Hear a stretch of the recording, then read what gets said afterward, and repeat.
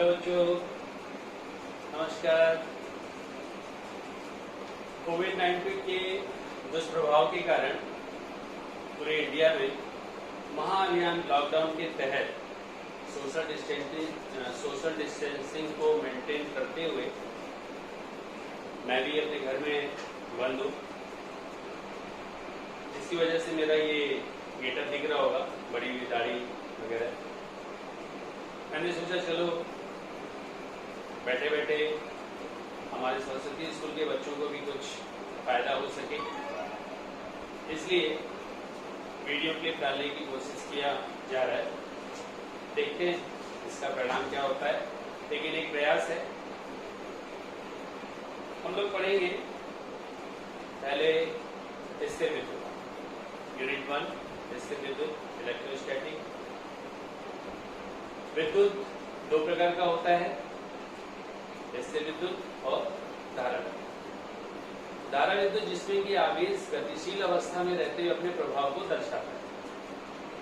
इसके एग्जाम्पल में ट्यूबलाइट है, पंखा है और भी दूसरी चीजें, दूसरे उपकरण। स्थिर विद्युत जिसमें आवेश स्थिर अवस्था में रहते हुए अपने प्रभाव को दर्शाता है, उसको हम कहते हैं स्थिर विद्युत। और इसका एग्जाम्पल हम लोग बचपन से अपने आसपास देख रहे हैं, महसूस करते हैं।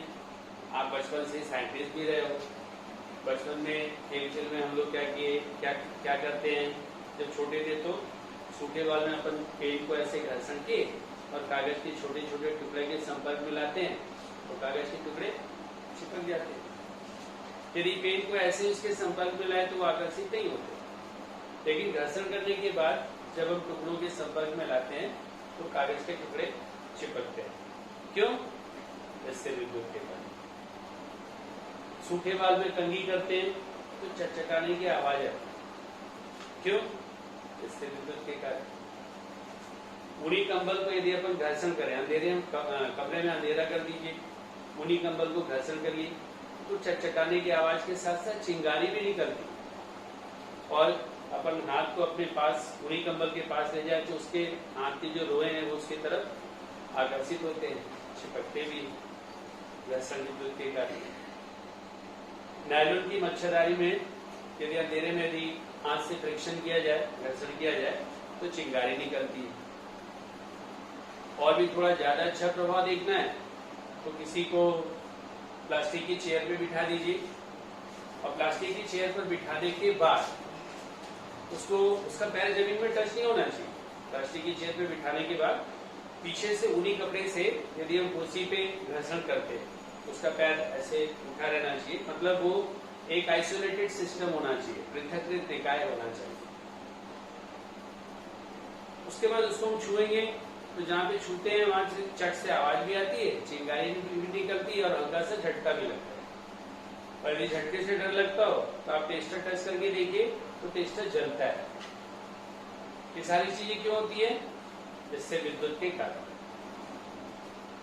तो अपन इससे विद्युत के बारे में पहले पढ़ेंगे, तो उसका इंट्रोडक्शन, प्रस्तावना।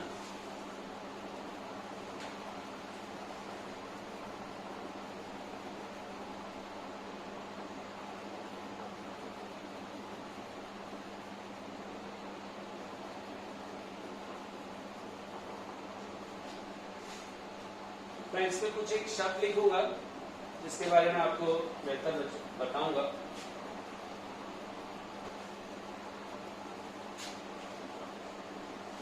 ईसा पूर्व 6वीं शताब्दी में हेल्स नामक वैज्ञानिक ने यह देखा कि बाल्टिक सागर के किनारे पाए जाने वाले पीले रंग के पदार्थ एम्बर में घर्षण के कारण हल्की वस्तुओं को आकर्षित करने का गुण था। मतलब बाल्टिक सागर के किनारे जो एम्बर नामक पदार्थ पाया जाता था, पीले रंग का होता था, जब उसको किसी पदार्थ से घर्षण किया गया और उसके संपर्क में हल्की वस्तुओं को, छोटी वस्तुओं को लाया गया तो वो उसको अपनी तरफ आकर्षित करता है। इसके बारे में जानकारी सर्वप्रथम किसके द्वारा दी गई? हेल्स के द्वारा, ईसा पूर्व 6वीं शताब्दी में। उसके बाद 2000 साल तक वैज्ञानिकों का ध्यान इधर गए। 2000 साल के बाद 16वीं शताब्दी में महारानी एलिजाबेथ प्रथम के डॉक्टर विलियम गिलबर्ट ने अपने प्रयोगों के माध्यम से देखा कि एम्बर जैसे कई ऐसे पदार्थ जिनमें घर्षण के कारण हल्की वस्तुओं को आकर्षित करने का गुण आ जाता है। उसके बाद थॉमस ब्राउन ने इसे घर्षण विद्युत का नाम दिया, क्योंकि किसी पदार्थ में घर्षण के कारण हल्की वस्तुओं को आकर्षित करने का गुण आता है, इसलिए इसे घर्षण विद्युत कहते हैं। फिर डॉक्टर बेंजामिन फ्रैंकलिन ने अपने प्रयोग के माध्यम से बताया कि घर्षण के कारण हमको दो प्रकार के आवेश प्राप्त होते हैं, धन आवेश जिसको कि काचाप कहते हैं और ऋण आवेश जिसको कि रेजिनी आवेश कहते हैं। इसके बारे में जानकारी किसके द्वारा दी गई? डॉक्टर बेंजामिन फ्रैंकलिन के द्वारा। उन्होंने अपने प्रयोग के माध्यम से बताया, उनका प्रयोग देखे, उन्होंने क्या किया, एक कांच की छड़ को रेशम के कपड़े से घर्षण किए और कांच की छड़ को रेशम के धागे की सहायता से लटका दिया। क्या किए? कांच की छड़ को रेशम के कपड़े से घर्षण किए और उसके बाद इस कांच की छड़ को धागे की सहायता से लटका दिया।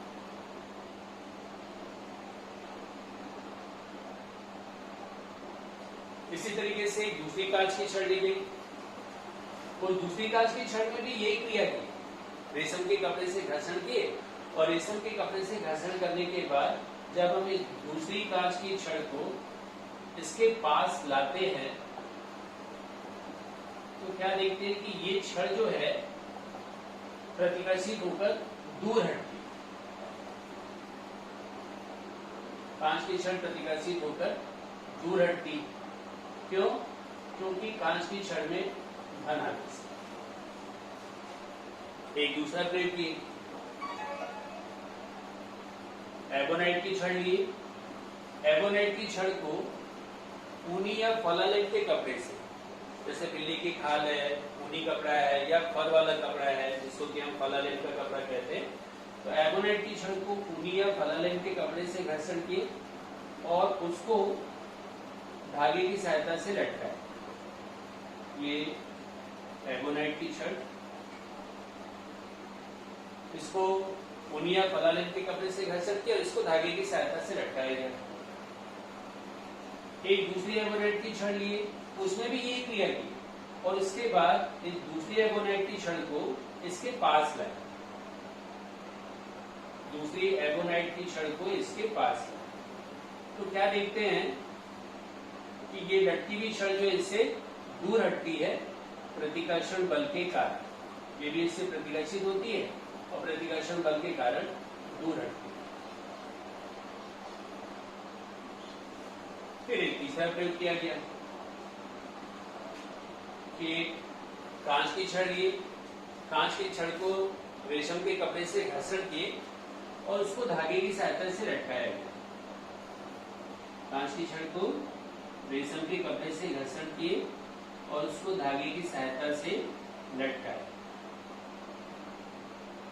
एक एबोनाइट की छड़ लिए, उस एबोनाइट की छड़ को ऊनी या फलालेट के कपड़े से घर्षण किया और एबोनाइट की छड़ को ऊनी या फलालेट के कपड़े से घर्षण करने के बाद इसके संपर्क में लाया तो क्या देखते हैं कि ये छड़ जो इसकी तरफ आकर्षित होती है।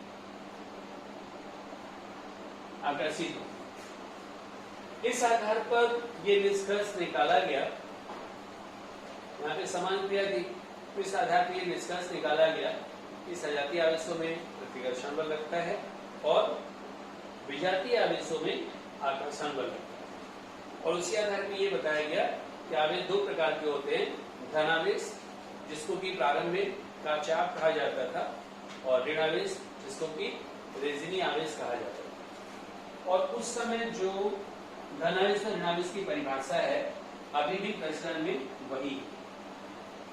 धनावेश इसको हम क्या बोलते थे पहले? काचाप,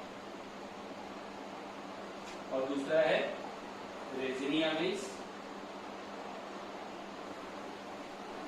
रेजिनी आवेश जिसको कि कहते हैं ऋणावेश। ऋणावेश जिसको कि कहते हैं रेजनी आवेश, ऋणावेश जिसको कि पहले कहते थे रेजनी आवेश।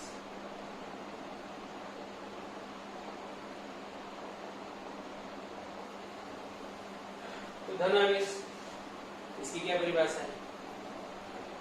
कांच की छड़ को रेशम के कपड़े से घर्षण करने पर कांच की छड़ में उत्पन्न आवेश को काचाभ या धनावेश कहते हैं। कांच की छड़ को रेशम के कपड़े से घर्षण करने पर कांच की छड़ में उत्पन्न आवेश को काचाभ या धनावेश कहते हैं।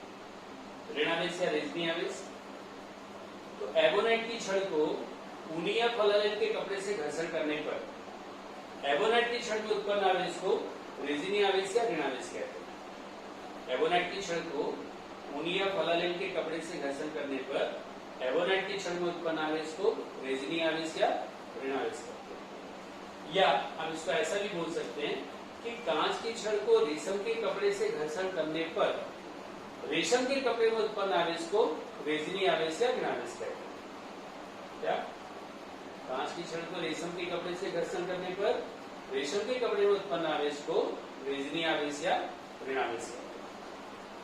ध्यान रखिए, एक पदार्थ को दूसरे पदार्थ से घर्षण करने पर एक पदार्थ में जितना धनावेश होता है दूसरे पदार्थ में उतना ही ऋणावेश भी होता है। तो घर्षण करने के कारण क्या ऐसा हुआ जिसकी वजह से एक पदार्थ धनावेशित हो गया, दूसरा पदार्थ ऋणावेशित हुआ? इसके लिए देखते हैं हम आवेश उत्पत्ति का इलेक्ट्रॉनिक सिद्धांत।